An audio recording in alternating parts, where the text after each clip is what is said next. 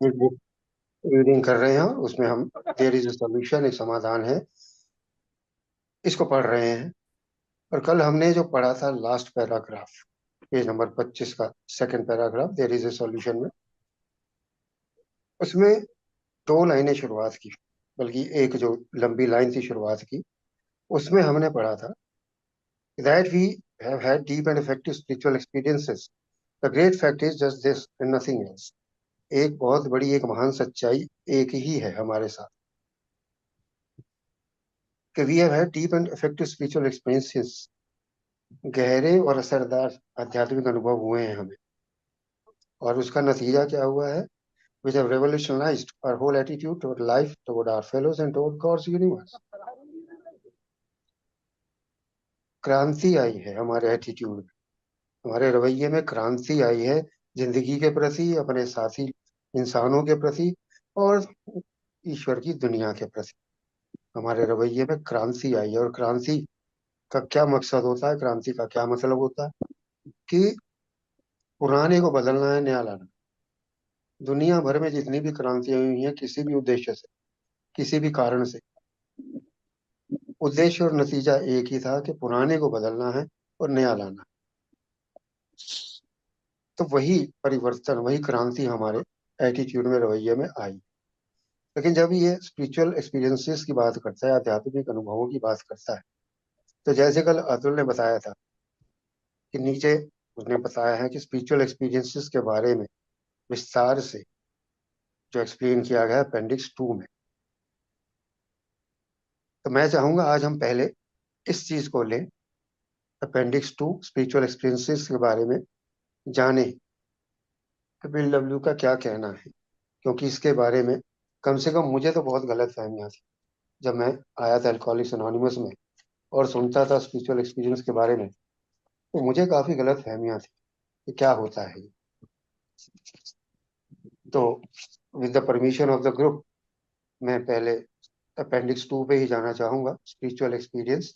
मेरी किताब में पेज नंबर 270 लास्ट में है ये, अपेंडिक्स 2, स्पिरिचुअल एक्सपीरियंस, आध्यात्मिक अनुभव। तो इसको हम इस पैराग्राफ के साथ जोड़ते हैं कि स्पिरिचुअल एक्सपीरियंस क्या होता है और चीज क्या है। शुरू करते हैं।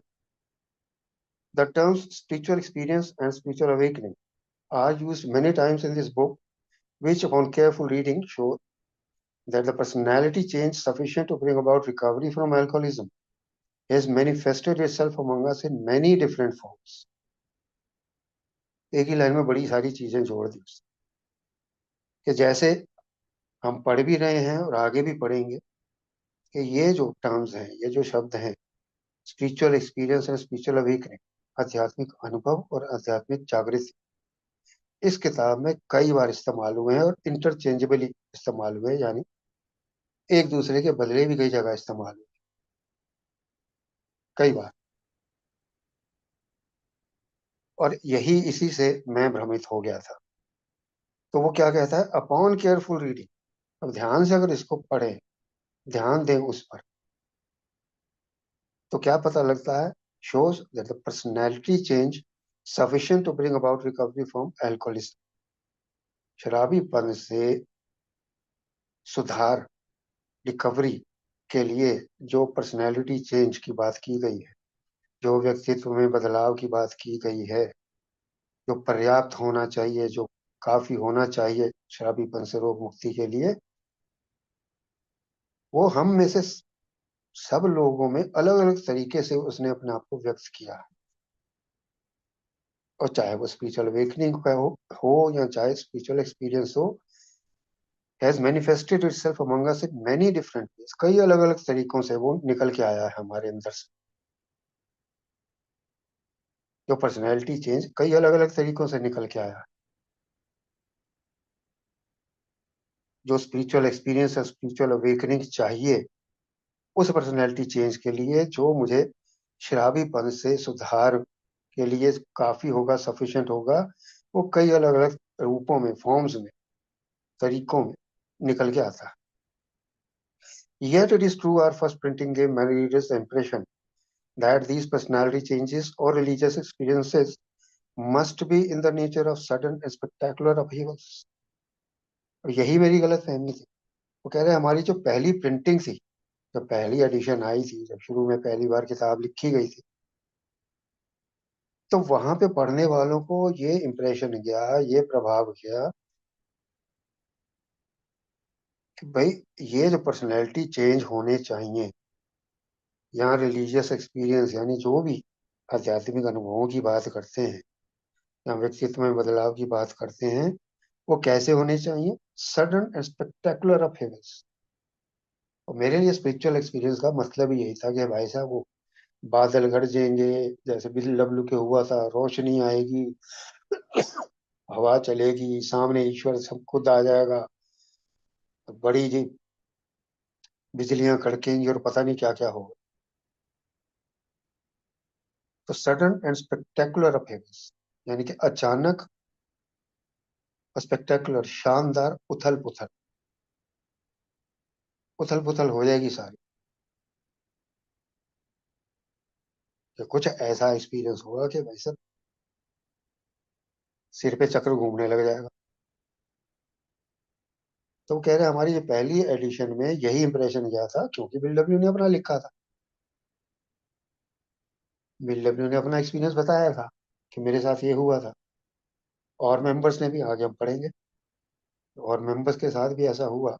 तो यही गया कि भाई अगर पर्सनैलिटी चेंज चाहिए रिकवरी फ्रॉम एल्कोहलिज्म के लिए, तो इस तरह का कुछ होना चाहिए अचानक ही, बस पूरे बॉडी में, पूरे दिमाग में कुछ ऐसा हो जाना चाहिए कि जैसे एकदम से करंट लगेगा और सब कुछ बदल जाए। Happily for everyone this conclusion is erroneous. अब खुशी की बात यह है सबके लिए कि ये जो निष्कर्ष निकाला गया कि सबके साथ ऐसा होना चाहिए, और हमने बिल डब्ल्यू के उसमें देखा भी है जीवनी, कि वो 6 महीने तक लोगों को यही समझाता रहा कि इस तरह का एक्सपीरियंस होगा तब तुम ठीक होगे, जैसा मुझे हुआ, इस तरह का एक्सपीरियंस होगा तब तुम ठीक होगे। तो जब एकरॉन जाने लगा था तो डॉक्टर सिल्कवर्थ ने उसको समझाया, भाई बीमारी बता, स्पिरिचुअल एक्सपीरियंस मत समझा। तो खुशी की बात यह है सबके लिए कि ये जो निष्कर्ष है कि ऐसे सडन और स्पेक्टेकुलर अपहीवल्स होने चाहिए, अचानक और शानदार उथल पुथल होनी चाहिए, ये निष्कर्ष गलत है। ये निष्कर्ष गलत है, एरोनस है, गलती से भरा हुआ है। In the first few chapters, a number of sudden revolutionary changes are described. शुरू के चैप्टर्स में, शुरू के अध्यायों में बताया गया है सडन रेवोल्यूशनरी चेंजेस, फिर वही आ गया, अचानक जो क्रांतिकारी बदलाव आते आए हैं मेंबर्स में, वो बताए गए हैं, उनके बारे में बताया गया है शुरू के चैप्टर्स में, और उसी से ये इंप्रेशन जाता है कि ऐसा ही बदलाव चाहिए, रिवॉल्यूशनरी चेंज, सडन, अचानक। Though it was not our intention to create such an impression, many alcoholics have nevertheless concluded that in order to recover, they must acquire an immediate and overwhelming God consciousness, followed at once by a vast change in feeling and outlook. अब उसका कहना है कि हमारी ये मंशा नहीं थी कि हम इस तरह का इंप्रेशन क्रिएट करें, इस तरह का कुछ प्रभाव लोगों के दिमाग में पहुंचाए, लेकिन कई शराबियों ने ये निष्कर्ष निकाल लिया, नेवरदलेस फिर भी ये निष्कर्ष निकाल लिया। और निकाला कैसे? पढ़ने के बाद। तो कह रहा है वो शुरू के चैप्टर्स में ये सब बताया गया है, कई मेंबर्स ने बताया कि अचानक हुआ। तो ये कंक्लूजन निकाला, ये निष्कर्ष निकाला that in order to recover, अगर रिकवर होना है, अगर सुधार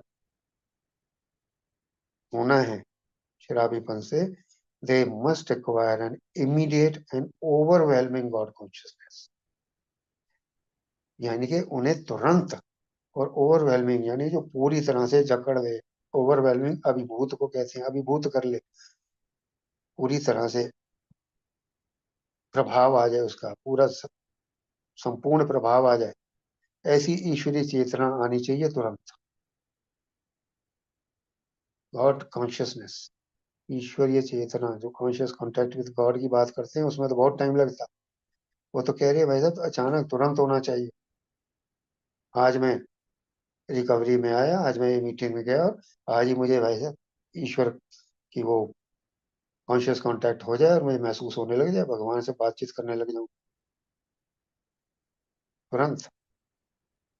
followed at once by vast change in feeling and outlook, और वो होते ही एट वंस यानी फिर तुरंत गॉड कॉन्शियसनेस तुरंत आ जाए, और गॉड कॉन्शियसनेस आते ही vast change in feeling and outlook,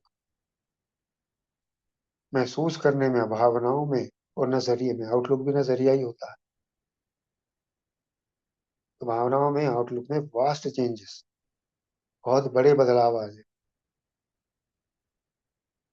ये निष्कर्ष निकाला कि भाई अगर रिकवर होना है तो तुरंत और ओवरवेलमिंग गॉड कॉन्शियसनेस आनी चाहिए, और गॉड कॉन्शियसनेस आते ही, ईश्वरीय चेतना आते ही तुरंत जो है फीलिंग और आउटलुक में, नजरिए में, भावनाओं में वास्ट चेंज आना चाहिए। ऊपर रिवॉल्यूशनरी कह रहा है या वास्ट कह रहा है। Among our rapidly growing membership of thousands of alcoholics, such transformations, though frequent, are by no means the rule. अब ये इंपॉर्टेंट चीज है। अब यहाँ पे कह रहा है कि जल्द जो तेजी से बढ़ती हुई हमारी जो सदस्यता है, यहाँ हजारों शराबियों की बात कर रहे हैं, आज हम लाखों की बात करते हैं। तो सच ट्रांसफॉर्मेशन, ऐसे जो बदलाव हैं, दो फ्रीक्वेंट हालांकि अक्सर होते हैं, मेंबर्स को ऐसे एक्सपीरियंसेस होते हैं, but they are not rule. नियम नहीं है कि ऐसा ही होना चाहिए। ऐसा कोई नियम नहीं है कि ऐसा ही होना चाहिए नहीं तो रिकवरी नहीं मिलेगी, कि वो अचानक से उथल पुथल होनी चाहिए, भगवान से आमना सामना हो जाना चाहिए और भगवान से बातें शुरू हो जानी चाहिए। ये नियम नहीं है कि सबके साथ ऐसा ही होगा या सबके साथ ऐसा ही होना चाहिए। Most of our experiences are what the psychologist William James calls the educational variety, because they develop slowly over a period of time. ये चीज, ये अंतर है। जो स्पिरिचुअल एक्सपीरियंस और स्पिरिचुअल अवेकनिंग की बात करते हैं, ये अंतर है। एक्सपीरियंस ऊपर उसने बता दिया कैसे होते हैं। अवेकनिंग क्या है? मोस्ट ऑफ आर एक्सपीरियंसेस, हमारे जो ज्यादातर एक्सपीरियंस है, ज्यादातर मेंबर्स को, हम जितने लोग इस मीटिंग में जुड़े हुए हैं, ज्यादातर यही अनुभव होगा जो साइकोलॉजिस्ट, जो मनोवैज्ञानिक विलियम जेम्स कहता है, एजुकेशनल वैरायटी, यानी जो ज्ञान प्राप्त करके उस प्रकार से हमें प्राप्त होते हैं अनुभव, उस प्रकार से मिलते हैं। धीरे धीरे, धीरे धीरे, समय के साथ, slowly over a period of time, समय के साथ साथ डेवलप होते हैं, विकसित होते हैं धीरे धीरे। और यहाँ पे अगर इस लाइन को हम पढ़े तो यहाँ पे आता है प्रोग्राम की बात, स्टेप्स की बात। तो वहीं से मुझे धीरे धीरे स्पिरिचुअल एक्सपीरियंस भी होने शुरू होते हैं और स्पिरिचुअल अवेकनिंग भी आती है। एजुकेशनल वैरायटी वो है मेरे लिए। जैसे जैसे मैं आगे बढ़ता जाता हूँ प्रोग्राम में, मेरी एजुकेशन स्पिरिचुअलिटी के बारे में, आध्यात्मिकता के बारे में बढ़ती जाती है, शिक्षा बढ़ती जाती है और अवेकनिंग होती जाती है, और एक्सपीरियंस मुझे होता जाता है कि आध्यात्मिकता है क्या। Quite often, friends of the newcomer are aware of the difference long before he is himself. ये मेरे साथ भी हुआ। खुद को पता चलने से पहले मेरे साथी मेंबर्स को पता चल गया कि मुझे बदलाव हो रहा है, आ रहा है। मैं तो यही रोता रहता था, कुछ नहीं हो रहा है यार, कुछ नहीं हो रहा। वही नौकरी है, वही रूटीन है, वही फैमिली है, क्या बदला है? क्योंकि मुझे तब तक तो पता ही नहीं था कि बदलाव तो अंदर होना है भाई। मैं बाहर के बदलाव देख रहा था। तो मेरे अंदर के बदलाव जो है वो मेरे साथी सदस्य देख रहे हैं कि भाई जब तू आया था तो रोता रहता था, अब तू हंसता है। अब तू कम से कम तू आता है तो तेरा चेहरा खिला होता है। अब तेरी शेयरिंग बदल गई है जो शुरुआत में थी, और अब तो मुझे पता चलने से बहुत पहले मेरे दोस्तों को, मेरे फेलो मेंबर्स को मुझ में बदलाव नजर आने शुरू हो जाते।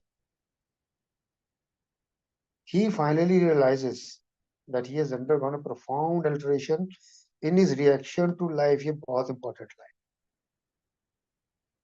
क्योंकि प्रॉब्लम मेरी यही थी, प्रॉब्लम ये थी मेरी सबसे बड़ी। लेकिन मुझे आखिर में पता चलता है, फाइनली अंत में यही पता चल जाता है, मुझे आखिरकार पता चल जाता है, he has undergone a profound alteration, बहुत गहरा बदलाव, बहुत गहन बदलाव आया है किस चीज में, in his reaction to life. यही तो मेरी प्रॉब्लम थी कि मैं जिंदगी को कैसे रिस्पॉन्ड करता था, कैसे रिएक्ट करता था, क्या प्रतिक्रिया होती थी मेरी, और जिंदगी का क्या मतलब है। तो रोजमर्रा की मेरी जिंदगी, लाइफ ऑन लाइफ टर्म्स की जो बात हम करते हैं, मुझे नहीं पता था। तो जिंदगी के प्रति जो मेरी प्रतिक्रिया थी कि ये क्या हो रहा है यार, ये क्यों हो रहा है यार, कंप्लेनिंग मोड में रहना, हमेशा शिकायत, रोना, सेल्फ पिटी, जिंदगी जैसी मुझे मिली हुई थी या जिंदगी जैसी मेरी चल रही थी, उससे जो मेरी रिएक्शन थी, मेरी प्रॉब्लम ही वही थी, तो मैं रिएक्ट कर ही नहीं पाता था। रिएक्ट क्यों नहीं करता पाता था, सही से रिएक्ट नहीं कर पाता था। रिएक्ट तो करता था लेकिन हमेशा उल्टा रिएक्ट करता था। क्यों? क्योंकि मैं एक्सेप्ट नहीं कर पाता था जो जिंदगी मुझे मिली हुई थी। तो यहाँ पे वो यही कह रहा है कि आखिरकार ये एहसास होता है कि he has undergone a profound alteration in his reaction to life. जिंदगी के प्रति जो मेरे जो रिएक्शन है, उस समय बहुत गहन बदलाव आया है, बहुत गहरा बदलाव आया। अब मैं उस तरह से रिएक्ट नहीं करता लाइफ को जैसे पहले करता। That such a change could hardly have been brought about by himself alone. और सबसे बड़ी बात, अगर मेरे अकेले के बस में ये बदलाव लाना होता तो मुझे क्या जरूरत थी ये में आने की। मैं क्यों इतने साल शराब पीता रहता, तो वो जिंदगी बदला बर्बाद करता। तो ये भी एहसास आता है कि भाई ये मेरे अकेले के बस की बात तो नहीं थी कि मैं अपने आप में ऐसा प्रोफाउंड अल्टरेशन ले आता। जिंदगी के प्रति जो नजरिया है, जो रिएक्शन है, what often takes place in a few months could seldom have been accomplished by years of self discipline। अब घर वाले समझाते थे ना, सेल्फ डिसिप्लिन भैया, आत्म अनुशासन, अनुशासन मेरा अपने आप को कंट्रोल कर, डिसिप्लिन, लाइफ में डिसिप्लिन होना चाहिए, हमेशा यही भाषण सुनने को मिलता था। और मेरे जैसे शराबी के लाइफ में डिसिप्लिन का क्या काम। और दुनिया तो क्या समझाती थी, सेल्फ डिसिप्लिन, मुझे खुद को डिसिप्लिन में रखना, समझाना डिसिप्लिन में रहे, वो नहीं आता था। और डिसिप्लिन का क्या मतलब होता है, जैसे दुनिया जीती है भाई, जैसे दिन के काम है, हर टाइम पे जो काम जिस टाइम पे करना है वो करना है, तो नहीं आता था। तो वो कह रहा है कि what often takes place in a few months. तो मैं सालों भी ये सेल्फ डिसिप्लिन प्रैक्टिस करता रहता, सालों भी, कि शराब नहीं पीऊंगा यार, टाइम से जो काम करना है वो करूंगा, करता रहता। लेकिन वो सालों में भी नहीं हो पाता बदलाव, जो कुछ महीनों में यहाँ पे आके मुझे प्रोग्राम अगर मैं करता हूँ प्रैक्टिस, तो हो जाता है।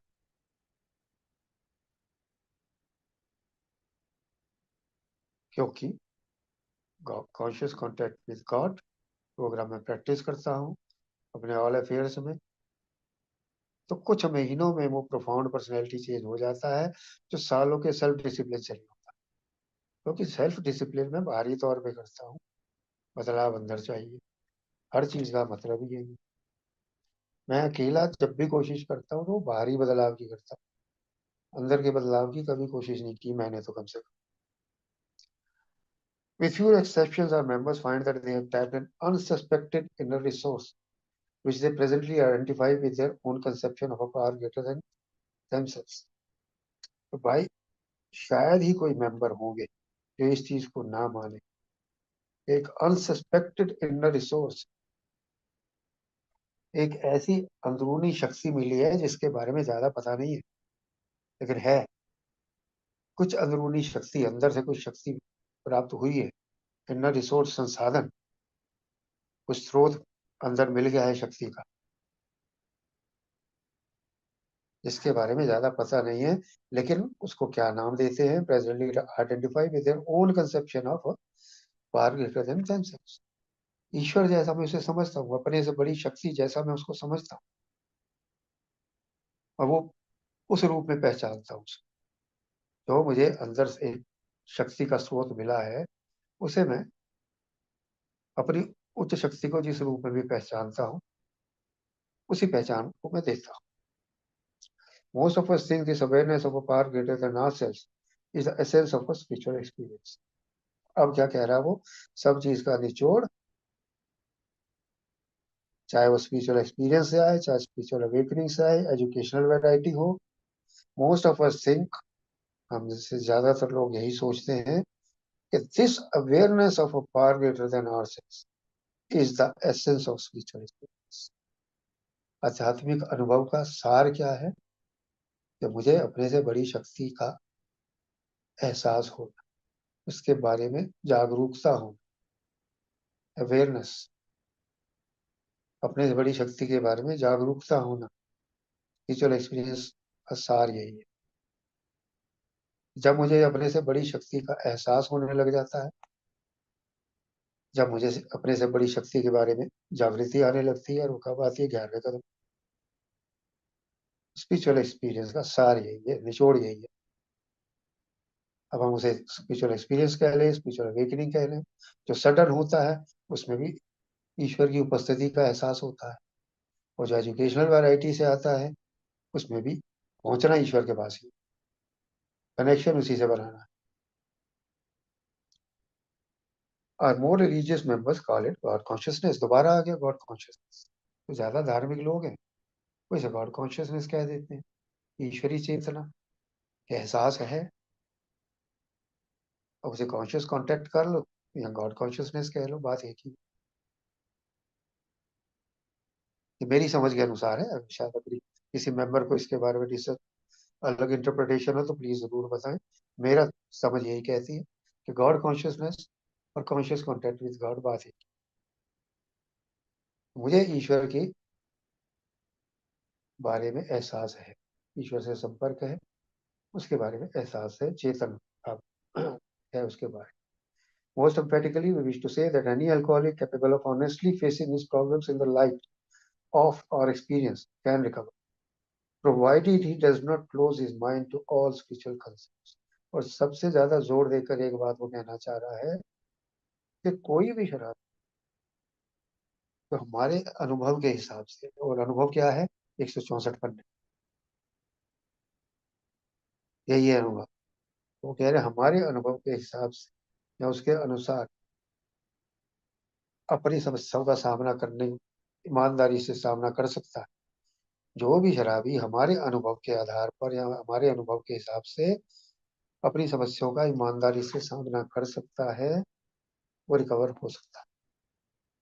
लेकिन यहाँ पे कीवर्ड है ईमानदारी से, और हमारे एक्सपीरियंस के हिसाब से, यानी कि इन 164 पन्नों के हिसाब से, और मतलब प्रोग्राम प्रैक्टिस करके वो रिकवर हो सकता है। Provided it does not close his mind to all spiritual concepts. बात वही है, आध्यात्मिक अवधारणाएं, संकल्पनाएं जो भी है, उसके बारे में दिमाग बंद नहीं रखा। ओपन माइंड तो वो पहले से कह रहा है, माइंड तो ओपन रखना ही पड़ेगा। He can only be defeated by an attitude of intolerance or belligerent denial. Problem, बार बार मेरी प्रॉब्लम्स की तरफ, अगर रिकवरी में मेरी बाधाएं क्या हैं, ऊपर भी उसने बताया और अब भी बता रहा है, मेरी रिकवरी में बाधा क्या है? Closed mind. अब कह रहा है इंटॉलरेंस, तो मैं बर्दाश्त नहीं कर पाता किसी चीज को या किसी व्यक्ति को या किसी परिस्थिति को, इंटॉलरेंस किसी के भी प्रति। और बेलिजरेंट डिनायल, उग्र डिनायल,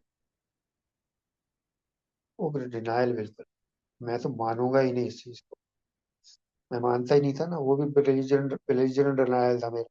मुझे शराब से समस्या, कोई कहता था तो मैं लड़ने को पड़ता था। That was a belligerent denial. तो स्पिरिचुअल टर्म्स के बारे में भी अगर बेलिजरेंट डिनायल है तो वो मेरी रिकवरी में बाधा है। We find that no one need have a difficulty with the spirituality of the program. तो कोई प्रॉब्लम होनी नहीं चाहिए। प्रोग्राम आध्यात्मिक है और प्रोग्राम की आध्यात्मिकता के बारे में कोई समस्या होनी नहीं चाहिए किसी को। अब आइटैलिक्स में इतना जोर दे के इस चीज को कह रहा है, और ये पूरी किताब में willingness, honesty and open mindedness are the essentials of recovery. इनके बिना रिकवरी नहीं मिल सकती। एसेंशियल है। एसेंशियल क्या चीज होती है? जो किसी भी चीज के लिए जो जरूरी चीज है, गाड़ी है तो इंजन एसेंशियल है भाई। इंजन होगा तभी गाड़ी चलेगी। दिल है तभी जिंदगी चलेगी, दिल धड़कता रहेगा तो जिंदगी चलेगी। So willingness, honesty and open mindedness, इच्छुकता, ईमानदारी और खुला दिमाग, ये रिकवरी के एसेंशियल है। But these are indispensable. इनके बिना काम नहीं चल सकता। इन तीनों में से एक भी चीज अगर नहीं है, शुरुआत विलिंगनेस से होती है और उसके बाद में खुले दिमाग से, मैं ईमानदारी से जब स्पिरिचुअल प्रोग्राम को अपनाता हूँ, तब मेरी रिकवरी संभव होती है। These are indispensable. इनके बिना काम नहीं चलता। There is a principle which is a bar against all information. ये हर्बर्ट स्पेंसर ने लिखा है। ये एक इंग्लैंड का एक बहुत बड़ा साइकोलॉजिस्ट और फिलोसफर था, और इसने और भी बड़े एरियाज में काम किया है, वो समय नहीं है। There is a principle which is a bar against all information. एक सिद्धांत है जो पूरी जानकारी को रोकता है, हर तरह की जानकारी में रुकावट है। Which is proof against all arguments. हर तरह की बहस या हर तरह के तर्क के खिलाफ सबूत पेश करता है ये सिद्धांत। And which can not fail to keep a man in everlasting ignorance. और ये सिद्धांत ऐसा है कि किसी भी व्यक्ति को वो हमेशा के लिए इग्नोरेंस में रखता है। यानी इग्नोरेंस क्या होता है? पता ही नहीं है किसी चीज के बारे में, जानकारी नहीं है। इग्नोरेंस, मुझे पता ही नहीं किसी चीज के बारे में। तो जब मैं पता करना ही नहीं चाहता तो मुझे कहाँ से पता चलेगा? लेकिन वो प्रिंसिपल क्या कह रहा है? क्या चीज है जो मुझे बिल्कुल इग्नोरेंस में रखती है, एवरलास्टिंग, हमेशा के लिए? That principle is contempt prior to investigation. यानी कि जानकारी प्राप्त करने से पहले ही, जांच पड़ताल से पहले ही तिरस्कार कर देना किसी चीज का। ये मेरे काम की नहीं है। समय बहुत हो गया है, लेकिन मैं 1 मिनट और लूंगा। कंटेम्प्ट बिफोर इन्वेस्टिगेशन, ये शुरुआत में मेरे साथ बड़ी थी और ट्रेडिशन लटकी होती थी। स्टेप पहले तो स्टेप पे ही कंटेम्प्ट, मेरे किस काम के है? शराब छूट गई, बहुत है, चलो जी स्पॉन्सर ने कहा स्टेप्स करने हैं, स्टेप्स करने लगे। फिर ट्रेडिशन लटकी होती थी, ये मेरे किस काम की है? कभी जानने की कोशिश नहीं की, कभी पढ़ने की कोशिश नहीं की, कभी सुनने की कोशिश नहीं की। मेरे काम की नहीं है, बेकार है, फालतू है। लेकिन जब पढ़ी और पढ़ने के बाद में जब जानकारी मिली कि ये तो भाई साहब मेरे लिए बहुत जरूरी है, सिर्फ एक ही काम के लिए नहीं, मेरी अपनी जिंदगी में बहुत जरूरी है, तो आंखें खुली। लेकिन पहले कंटेम्प्ट था, फिर कंसेप्ट सामने आए। इतने साल निकाल दिए, मेरे किस काम के हैं यार? जिसको सर्विस में जाना वो देखेगा, मेरे किस काम के हैं ये कंसेप्ट, 12 कंसेप्ट। लेकिन जब पढ़े, जब गहराई में गए, जब जानकारी प्राप्त की, तो पता चला यार इनमें से बहुत सारी चीजें हैं जो सर्विस में रहूं या ना रहूं मेरे काम की हैं। और मेरी अपनी जिंदगी में इनमें से बहुत सारी चीजें लागू हो सकती हैं जो मेरी जिंदगी को बेहतर बना सकती हैं। तो लेकिन पहले ही कंसेप्ट, कंटेप्ट, भैया मेरे काम का नहीं है, छोड़ो परे, मुझे देखना ही नहीं है, उस तरफ जाना ही नहीं है, मुझे जाना ही नहीं है उस तरफ। तो सारी जानकारी के प्रति ये रुकावट है। और ये होता क्यों है?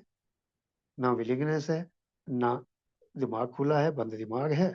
और उसकी वजह से मैं नई जानकारी लेता ही नहीं हूँ, नई जानकारी लेता नहीं हूँ। तो अवेकनिंग कहाँ से आएगी? चाहे वो स्पिरिचुअल अवेकनिंग हो, चाहे और दूसरी अवेकनिंग हो। तो यहाँ पे रुकते हैं जी, समय बहुत हो गया, उसके लिए मैं क्षमा चाहता हूँ। लेकिन कुछ इंपॉर्टेंट लगा मुझे, इसलिए मैंने थोड़ा ज्यादा समय लिया। तो धन्यवाद है जी, धन्यवाद। थैंक यू विमल जी। वो टाइम तो लगा, लेकिन वो पूरा एक बार में कंप्लीट हो गया ना, मतलब समझ में आना चाहिए। आपने यूजुअली जैसे आप करते हो, बहुत बढ़िया। आपका पेशेंट।